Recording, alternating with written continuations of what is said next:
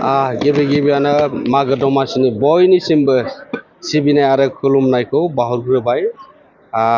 बर'नि बे बागुरुम्बा मोसानायखौ आरो बे बागुरुम्बा दोहौखौ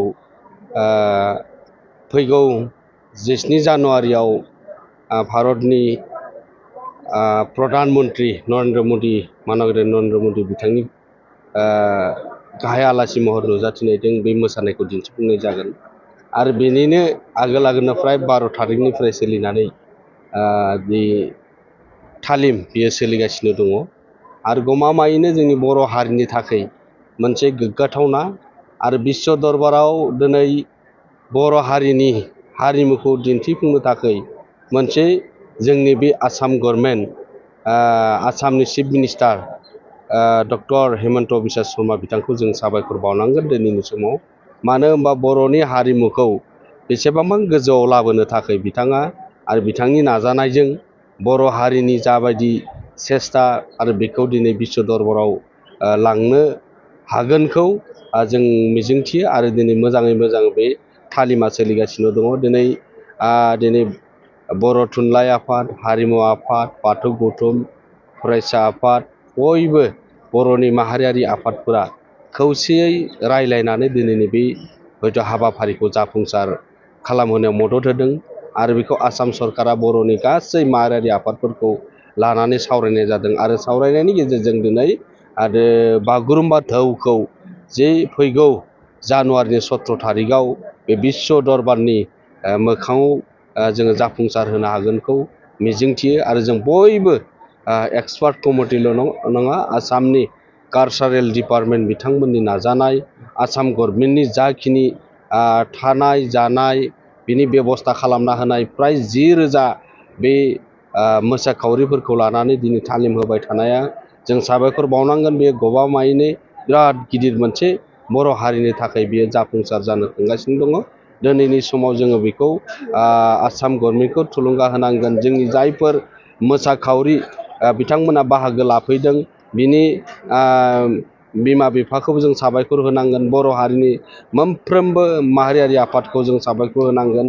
बिथांमोनाबो गामि हालामनिफ्राय दिनै मोसाखावरिफोरखौ दैथायहरदों आरो बेवहाय मोजां मोनसे थासारिनि गेजेरजों दिनै मेडिकेल ट्रिटमेन्टफोरखौबो खालामगासिनो दङ। खुनु उसुबिदा जायाखै। माबा मोनसे जायोबानो लोगो लोगो ट्रिटमेन्ट।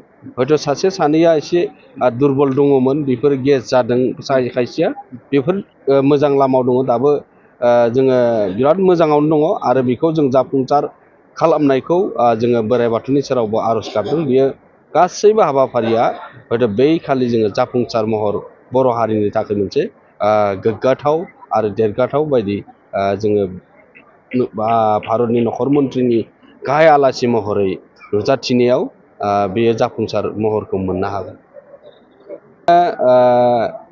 बेनिखायनो बर'नि गासै रायजो राजा आरो आसामनि जायफोरा बे बागुरुम्बा दोहौखौ नायनो लुगैदों, टिकेटआ बिराद लिमिटेड। टिकेटनि थाखाय गोबां दिनै नायनो लुगैदोंब्लाबो हयथ' मोननो हायाखै। बर'नि माहारियारि आफादनि गेजेरजों माखासे टिकेटनि बेबस्था खालामना होनाय जादों। आसाम गभर्नमेन्टनिफ्रायबो 3 जनाव टिकेट होनायनि बेबस्था खालामदों, कलाक्षेत्र आरो दिनै बे स्टेडियामनि मोखाङाव आरो रबीन्द्र भवन।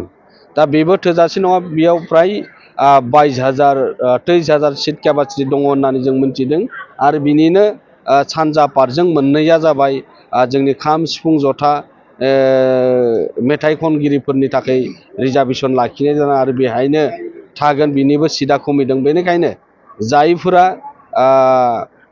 टिकेट मोनाखै, बेनिखायनो गाबोननि जा आखरा माने गिबि दिन्थि, बेनि थाखाय आसामनि चिफ मिनिस्टार माननीय डक्टर हेमन्त बिश्व शर्मा बिथाङा फैगोन, बाहागो लाफैगोन। बेहायबो जोंनि साखाथियाव थानाय बा बिथांमोना बे 17 जानुवारियाव बाहागो लानो टिकेट मोनाखैब्ला बे मोनाबिलि समाव फैनानै फ्राय 5 रिंगानिफ्राय बे स्टार्ट जागोन आरो बिथांमोना बे हाबाफारियाव बाहागो लाफैनो हागोन आरो मोजाङै खुनु टिकेट नाङालासे बेखौ नायनो मोनगोन आरो।